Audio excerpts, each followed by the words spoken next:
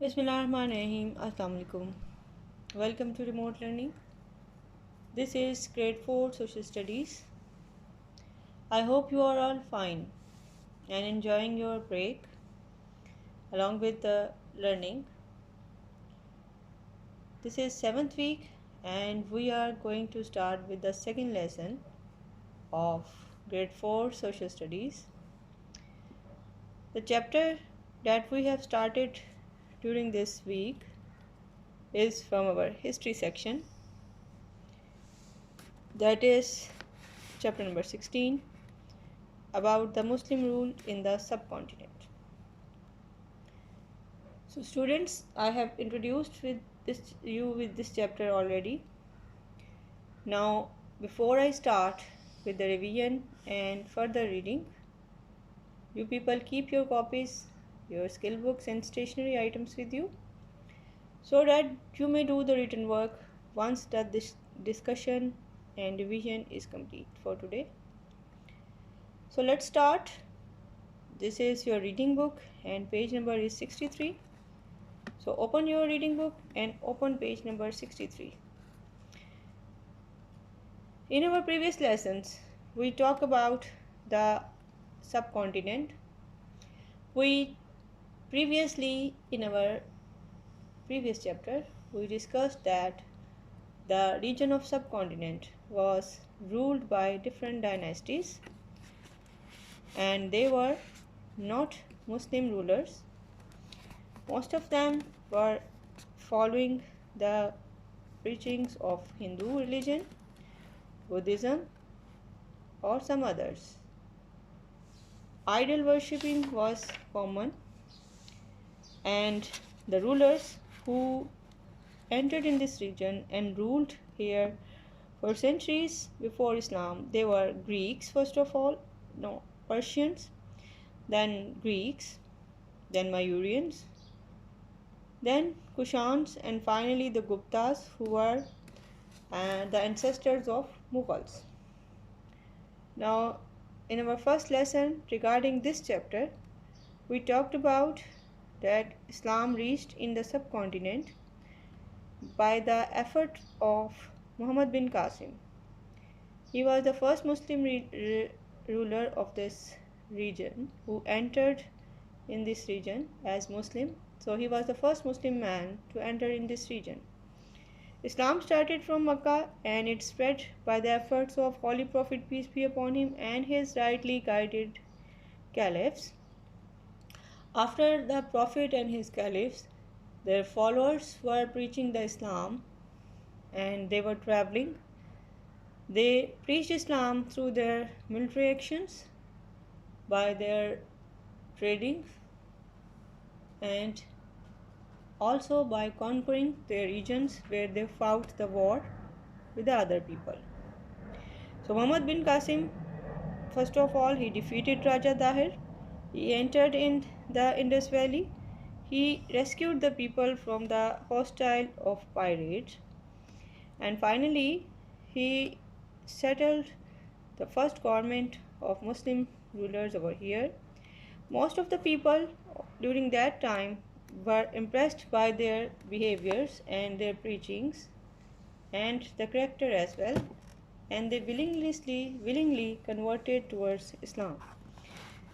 Now, after Muhammad bin Qasim, the Arabians, the Persians and Turkish, they also came here in this region time by time, and this resulted in the introduction of new languages and new skills like mathematics and science, and people were introduced with the concept of zero. So this is how the Islam start spreading in the region which is subcontinent. Then after that, Mahmud Ghaznavi entered in this region and he attacked India so many times and destroyed the famous temple of Somnath, and he ruled from 997 to 1030. Now today we will talk about some important rule, that is Delhi Sultanate. So in this rule, different Muslim rulers ruled for their own intervals of time. They stationed there, they made their rule, and they threw their own impression towards the people who were already living there and who were Muslims. Now, this is page number 63, students, and I am going to explain you with this chapter. Look at these two pictures. That is Mahmud's tomb in Ghazni. This is in the second picture. You can see it from here. And the last picture is showing you the tomb of Lodhi Gardens in Delhi. So, we are going to discuss about the Delhi Sultanate. All of the northern India up to Bengal was conquered by the Afghan rulers of war. And Mahmud Ghori in 1192 he made the Delhi the capital of his kingdom. Ghori was followed by a long line of Muslim rulers. The first of these was General Qutbuddin Aibak, who formed the Delhi Sultanate. So this is how the Delhi Sultanate was started. That the Qutbuddin Aibak, who was the general, and he formed the Delhi Sultanate first of all. He was the first one among the rulers who started this sultanate. Among its rulers were Al-Tutmash, his brilliant daughter Razia Sultana. The strongest Delhi king was Balban, who ruled from 1246 to 1287. He was also a clever and capable general, and he also saved the subcontinent from the attacks of Mongols led by the Genghis Khan, and stationed here with his troops, and the Mongols were stopped from advancing. So towards the end of the 13th century, the Khiljis came into the power and ruled from 1219 to 1320. Their most well-known ruler was Tughlaq Alauddin. They were followed by Tughlaq, Sayyids, Lodhis. The famous Arab travelers Ibn Battuta had lived for the court of Muhammad Tughlaq and has left an interesting account on his stay in India. In 1398, Delhi was attacked by the armies of Timur, the Mongols' warlord. He destroyed the Delhi and killed thousands of people. So, one by one, we will discuss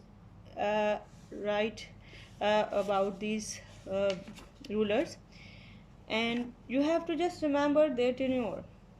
We will discuss these all rulers during our written work for today. So open your skill books for your works today.